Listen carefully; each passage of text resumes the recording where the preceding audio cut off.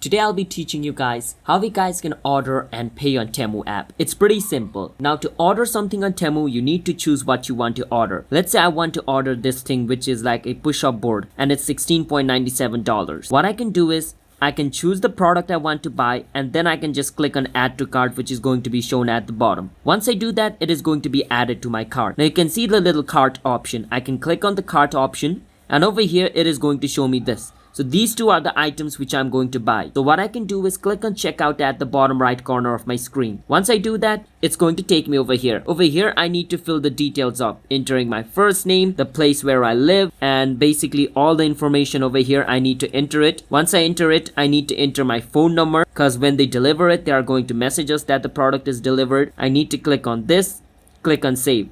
Once I click on save, on the next step, it's going to ask me to enter my payment method, which means my credit or debit card detail. Once I enter my credit or debit card detail, the card is going to be used to pay for the product which I'm going to buy, and then the order is going to be placed. So that is how you guys can basically order and pay on Temu app. It's that simple. So if you guys found our video helpful, hit the subscribe to our channel one step. I'll see you guys next time.